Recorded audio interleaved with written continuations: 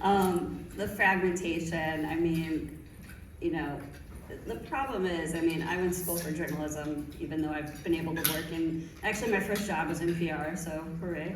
I've worked in Marcom, I've worked in social, and now I'm back in journalism. But it's interesting to see how people are getting their news, and I think that's a real issue, obviously, for everybody in PR.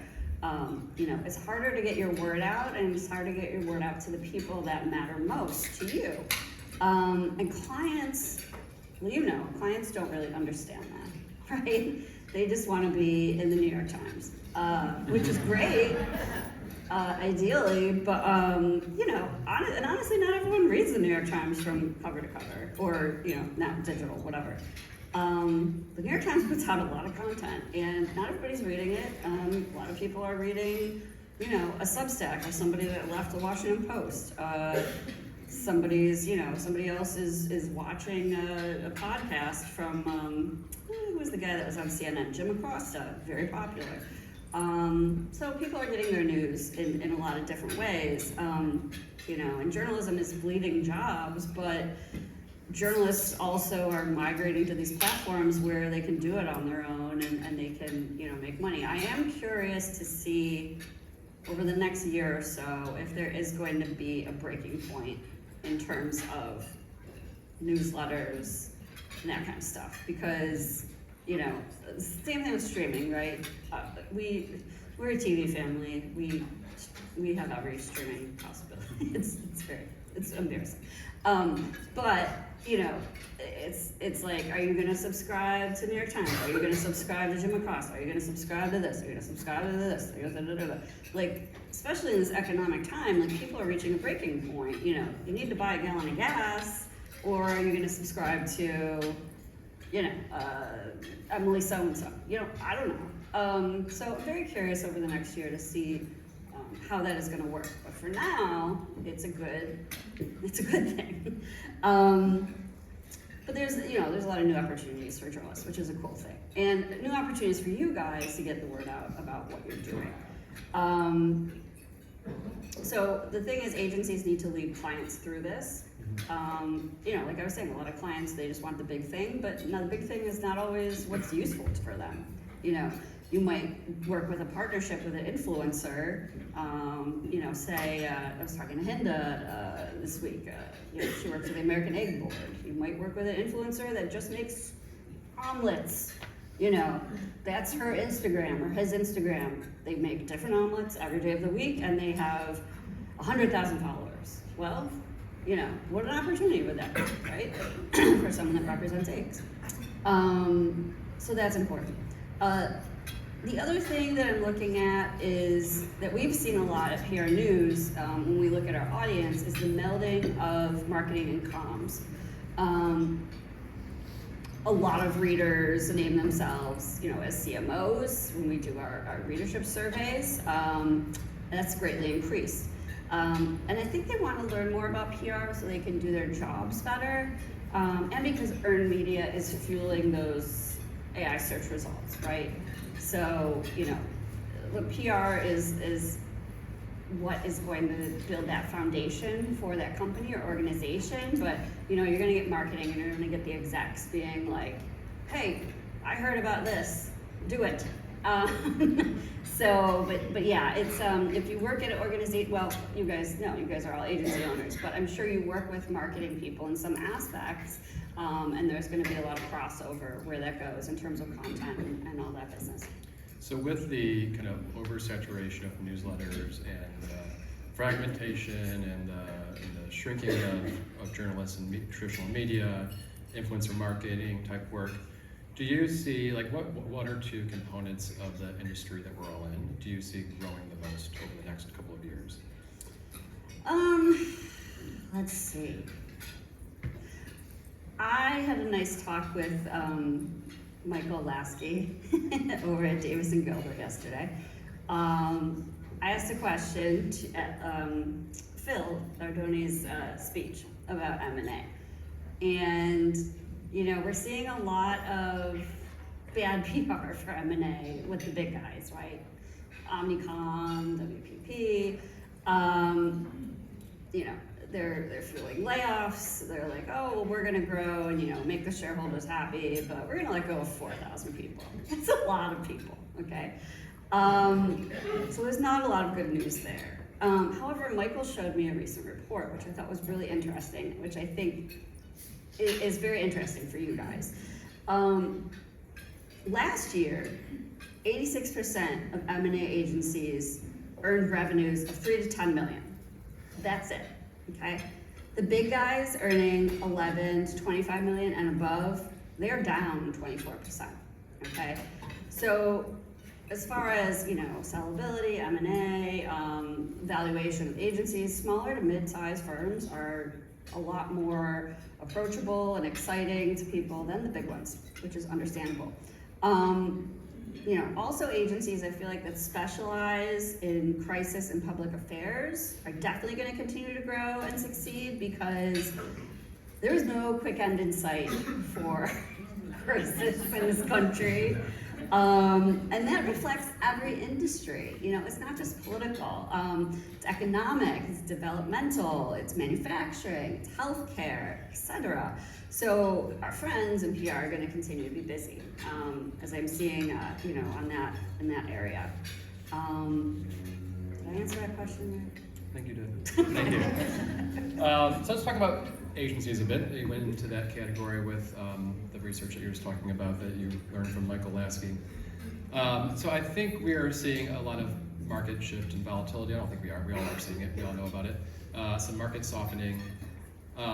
And we're seeing, I think, what clients are needing from us and client contracts shifting dramatically, probably more so than it has been. I'd love actually to kind of survey the audience. And all the new business you've gotten in the last quarter or 2 quarters, how many of you have, the majority of the new business has been those amazing retainers that go for 1 or 2 or 3 years? And is the majority of your business coming in retainer clients? Okay. How about those smaller projects that you feel like you have to service? Okay. Looks about right. And then how many of your current clients are shifting their retainer work to a different type of model because of uncertainty in the market and their own kind of financial conditions? Not too many, that's good. So I think, we saw some time when, retainers for many agencies were obviously the bread and butter, or they were trying to be the bread and butter. And in the conversations I've been having across this conference for the past couple of days, most people are saying, yeah, my clients are shifting our contracts, or I'm getting these 2 or 3 month projects. And so with all this volatility or disruption in the agency world, from your vantage point, does the agency model need to start changing along with that, or is this a symptom of now, or do you think it's a symptom of maybe just how companies procure PR is going to be different for the long-term future? Before I came here, I did a bit of research on LinkedIn. Some of you may have seen that. I just asked everybody, what are your biggest agency issues right now? And almost everybody mentioned business uncertainty in terms of economics and that sort of thing. A lot of people talked about the fact that new business pipelines are taking longer to close because of what you're talking about. Do I want a smaller project? Do I want you on retainer? I was in a dinner last night where I learned about, I can't remember the term. Value-based contracts. Still gotta figure that out. That was interesting. Talked to Emily, wherever she is. She was very good with that. The problem is clients don't know what they want, and you have to tell them what they need. A lot of folks just seem kind of frozen right now as they're trying to navigate what's going on economically, what's going on with clients. They're taking in a lot of learning before they actually make any impactful decisions on how to change, if to change, the way they run their agency or not. So I think for you guys, the important thing is to just, have that, authority with your clients and be like, I think this is the best thing for you. Now you guys have more experience with clients than I do. I'm sure some will come back and be like, but I think this is the best thing for you. So whether it's a small project or a retainer or something like that, I'm not seeing like any kind of really trend, but more so, it seems very specialized depending on who you're working with. What do you think is the primary differentiator that is allowing agencies to kind of weather this time? Like, between the agencies that are kind of thriving or at least managing versus those who are really struggling at this time? The best agencies are investing in their people. Those agencies are going to nab the best talent, they're going to keep the best talent, and their work is going to be better for it.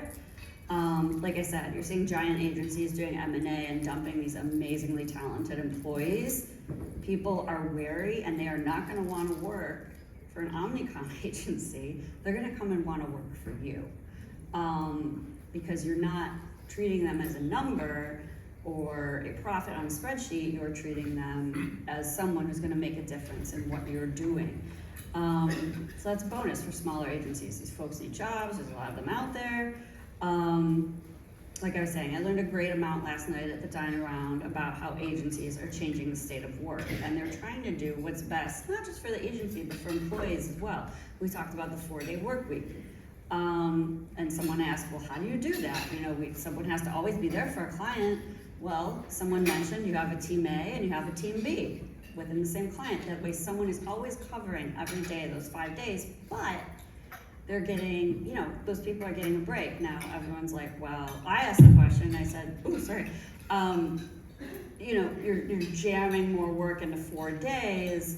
Does that change how much you pay the employee? And they said, absolutely not, because you're just being more efficient in what you're getting done within those 4 days. So interesting stuff there. I think it's also about, their scope of work is the same, but it's about teaching employees how to scale, how to be more efficient, and that's where AI comes in. But teaching them that AI is not something to be scared of, it's something that's gonna help their job. I think being transparent with them, I think that is the most important. I feel those agencies that are doing that are doing the most. And we talked a little bit about big agencies, but I was thinking about that yesterday. I'm like, who's succeeding? I'm thinking about Stagwell, who just the past year, I do a lot of work with Hunter. They just brought in Hunter PR, and they have SKDK, they have all these different things, but they let everybody keep their own name. They pretty much let everybody run things the way they want to run them, as opposed to being like, okay, we're just gonna like bring you all in, get rid of your identities, and cut 5,000 jobs. Sorry, I shouldn't do that, but I'm not really connected with anyone at Omnicom, so I think I'll be okay. They're not our people. Okay. But yeah, and it shows also, the data shows that agencies that specialize in something are winning. Data shows that 37% of agencies that now specialize in niche industries, such as fintech, health tech, cannabis, agriculture, etc., etc. Those are the ones that, especially if you're looking to be bought or something like that, those are the ones that people are very interested in. So you said AI, so I'm going to start going down the AI rabbit hole, so giddy up, here we go. So I remember my first, it was kind of like my first-ish counselor, so it's another story, in Nashville, and I was sitting with our friend John Goldberg at our dine around. And he mentioned to me that he thought, we talked about this a little bit, but I want to dig more into it. He thought that there was no role for an entry-level employee in agencies. And I thought that was a terrible recommendation, and I rejected that notion. And then we go 4 to 5 years down the road, and my agency right now is going through this exercise of saying, okay, what entry-level tasks can be automated through AI? What other tasks can be absorbed into other areas of the firm, and how can we ultimately eliminate our entry-level positions? I don't know if we're going to get there, but it's something that we're thinking about. So I'm going to ask you the point-blank hard question. Do you think that AI is taking over human jobs? Nope. Good. You should, and I'm not just saying this because I'm a journalist writer, I'm saying this because of the pitches I receive in my inbox.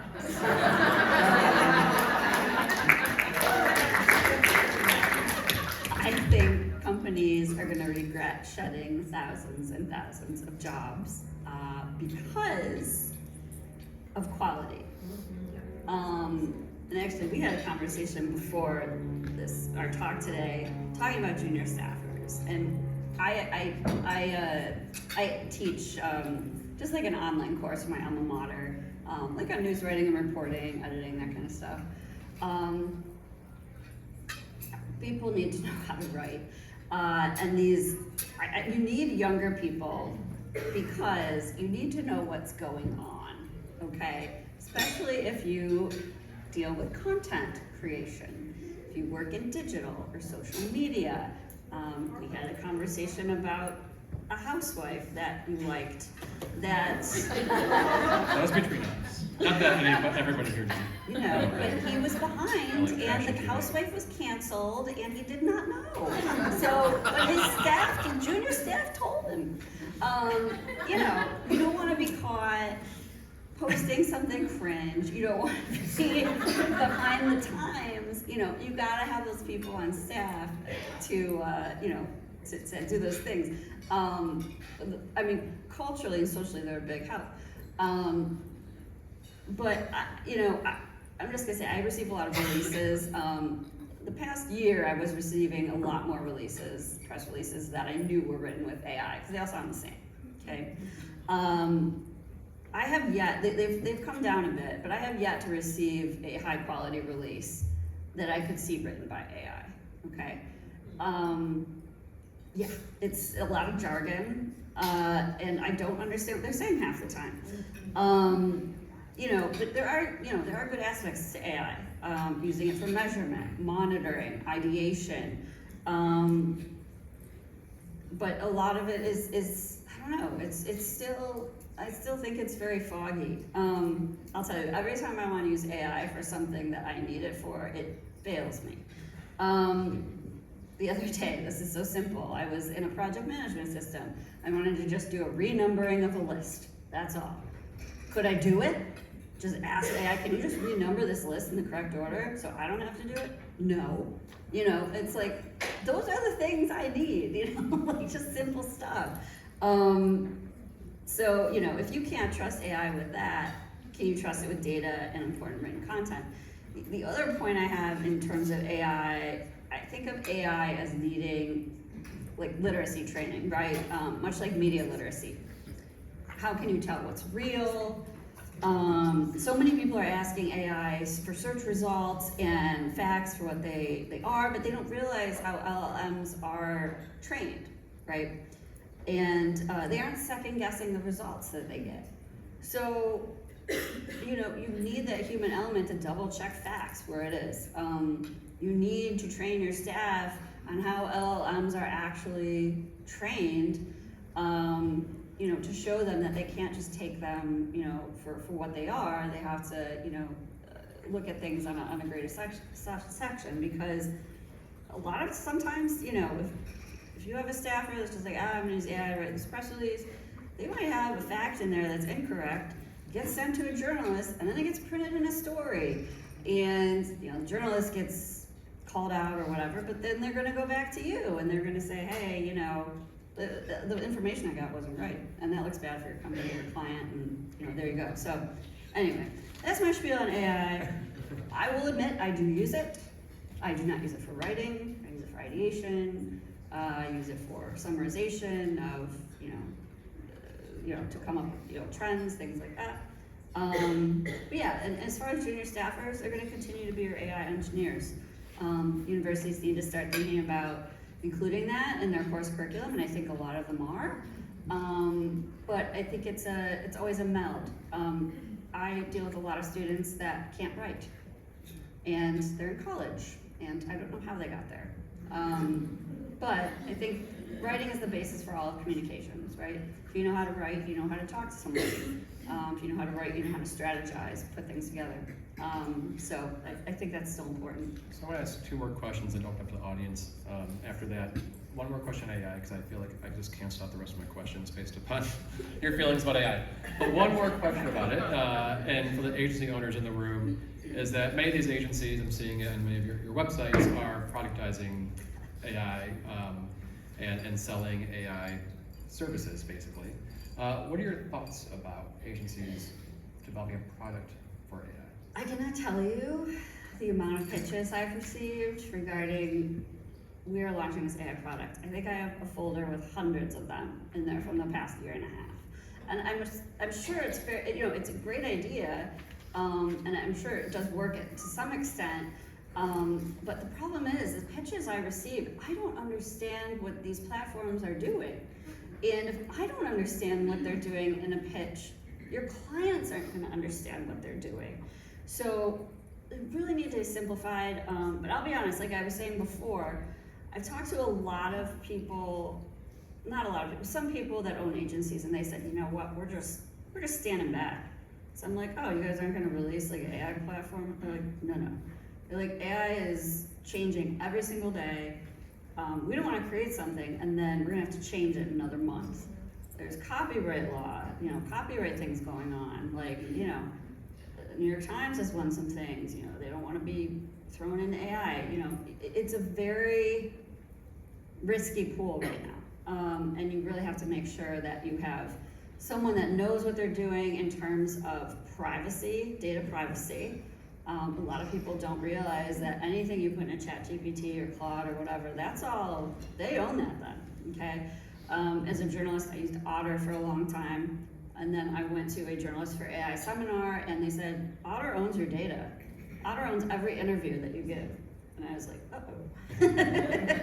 Okay. So, a lot of companies that can afford it are, I'm thinking about, places like maybe Walmart or like a lot of the banks, they're creating their own closed AI systems, which is interesting. So, because they can't have that data out there, which is totally understandable. So if you are going that route, down the product route, make it simple, make it something people can really use, and don't send me a 10-paragraph press release that has a lot of jargon in it. Just tell me what it does, and kind of go from there, and make sure it's safe, because nobody's going to buy it if their data is out there. Thank you. So before we turn to some questions, I know this is a subject that's important for you, and I want to talk a little bit and kind of speak to the souls of the agency owners in this room. All this disruption, market uncertainty, market softening, yada, yada, yada, is creating a lot of burnout for agency leaders, also burnout for their teams. Kind of what are you hearing here, and what have you seen in terms of agency leaders prioritizing some health, some wellness, and modeling that for their team members? Mm-hmm. When I talk to almost everyone I've talked to about agencies right now, all the market disruption is causing immense burnout. And it's not just for staff, it's also for senior leaders. It's bad, it's getting worse. Clients are expecting more, I'm sure you guys know all of this, and the resources are not expanding. Clients don't want to spend more, but there's more work to be done, so what are you gonna do?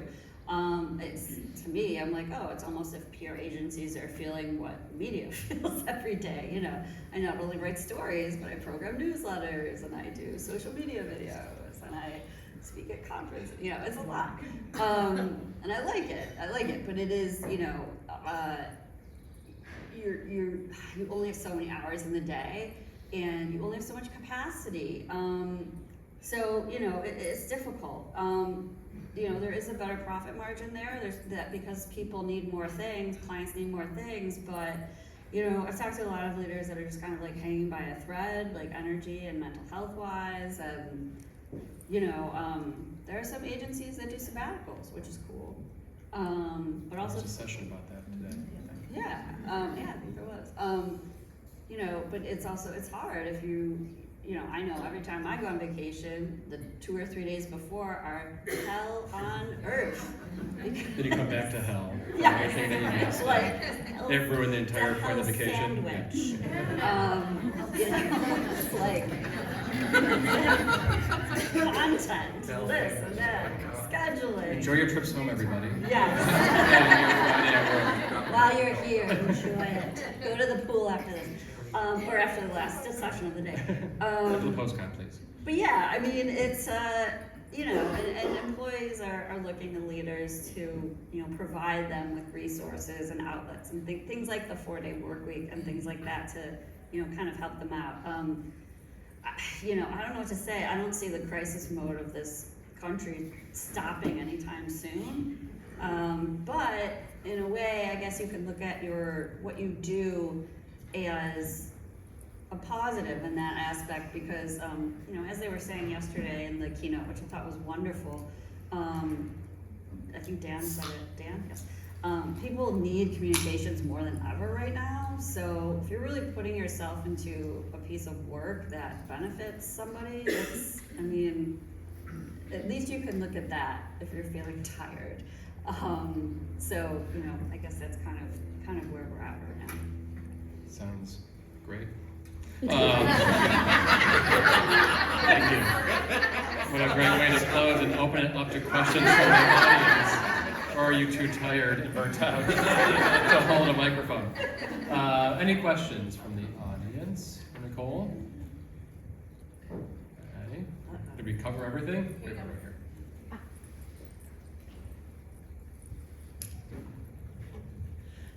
Hi, you say that you're teaching a college course on writing and editing and journalistic practices.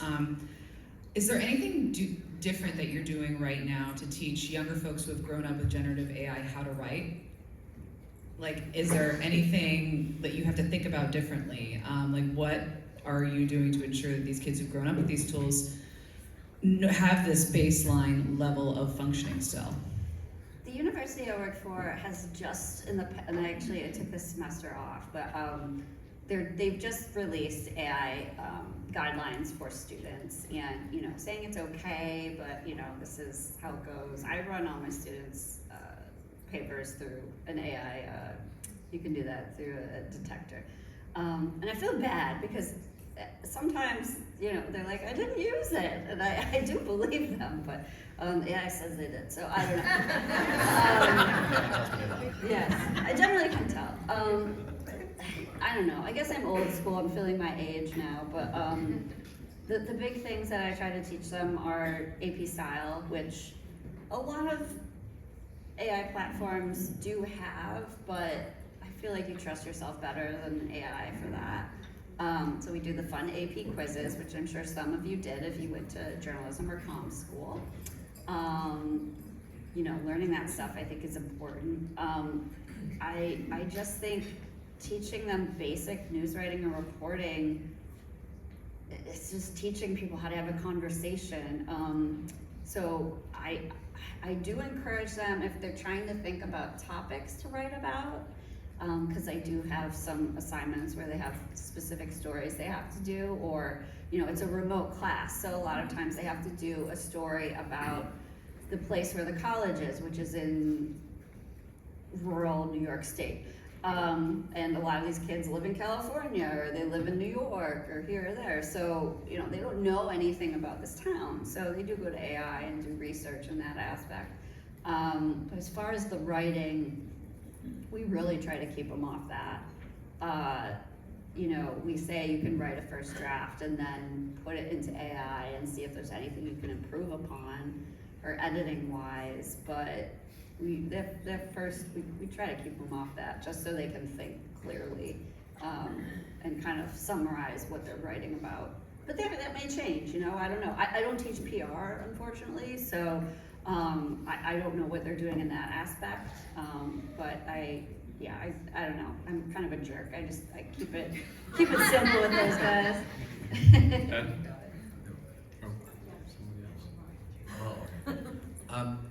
I want to go back to something you talked about a little bit before. Nicole, you're really good at LinkedIn and engaging folks, and you get a lot of insight. I'm just wondering if you can share even a bit more than what Peter already asked you about the insights you're seeing when you do your little poll questions, and then also tie that to your Omnicom comment.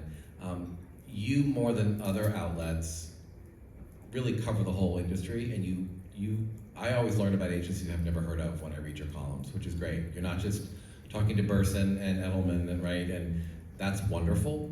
Does that sort of feed into your comment about the future is us and not those guys? And what are you hearing from all of those various firms when you do those poll questions on different topics that you're writing about for your Friday roundup, which you should subscribe to, by the way, I etc. gotta write that tomorrow on the plane. Yeah, I'll be honest, the reason I don't hear a lot from the big agencies because A, they don't care about me or who I am, but also it's really hard to just get people to talk. I think people are scared to say anything.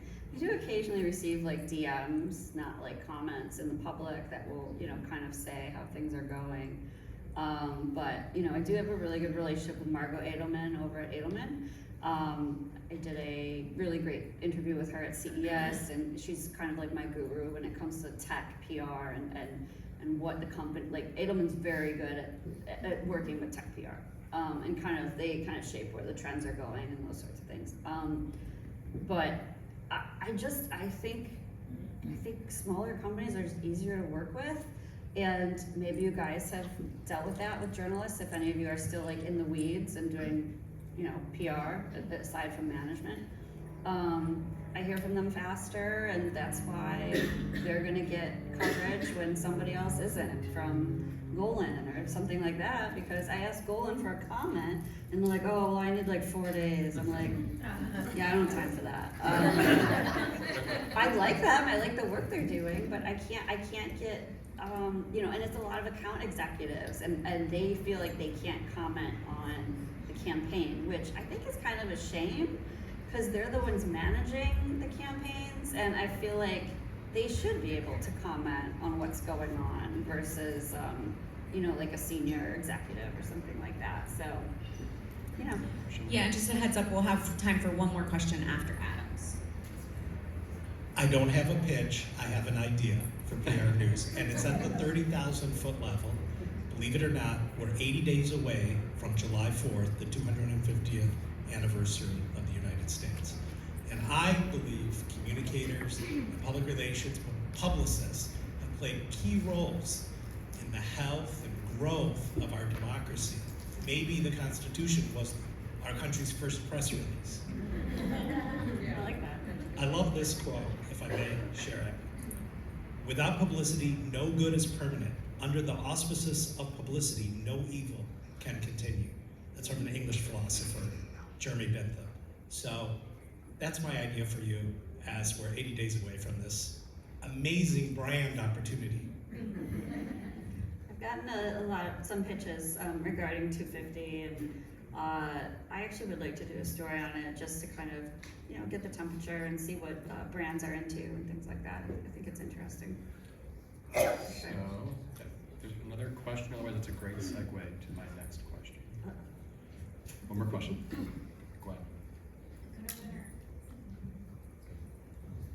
Thanks so much for being here and sharing your insights with all of us. One trend that I have been watching kind of disturbed from the sidelines is the acquisition of many small agencies and kind of the private equity conglomerate. I'm curious if you see that trend continuing, because everyone I know who works for those agencies that have been bought up is miserable. I would definitely say talk to Michael Lasky about that, because he has the data. And yes, there is a lot more private venture equity purchasing than individual and public than there was before. And I think that's just going to be up to the owner of the agency, right? Like, what do they want? What do they want for their staff? What do they want for their legacy? Phil did a great presentation with about PAN yesterday, and how he works with agencies and lets them represent themselves. I think if you're looking for a buyer, you really have to, what is it? It's either about the money or it's about your legacy, right? So, you gotta look at that. But yeah, but you know what? I'm interested to see what happens with venture capital and things like that, because economics right now is, so the stock market is, so, I don't know. I don't know what their resources are gonna be like, but it's definitely something to look at. Okay, Nicole, we're gonna end the same way we ended last year, but it was a minor flop last year, so I'm hoping it's gonna go well this year. Don't disappoint me. So we're gonna end with the Fast Five. quick questions, quick answers. Are you ready? Yes. Okay, you already talked about this a little bit, so it was a good segue. Okay, best 5, best pitch you've ever received. This was during COVID in 2020 from Wisconsin Cheese, and they did it was a Zoom, but it was called a desk side cheese tasting. And you might be like, why are you doing a cheese tasting? Because I thought their campaign was amazing and how they were working with journalists during COVID. I received probably about 5 pounds of cheese, and then they had a beautiful slate cheese board with the little, the chalk that you can write, some funny cheese socks, things like that. It was So great. I'm ruining my Fast 5 because there was Nicole, does cheese PR. You do cheese PR? Yeah. No, I traveled to Wisconsin, but he actually did the program. Oh, well, look at that. Round of applause.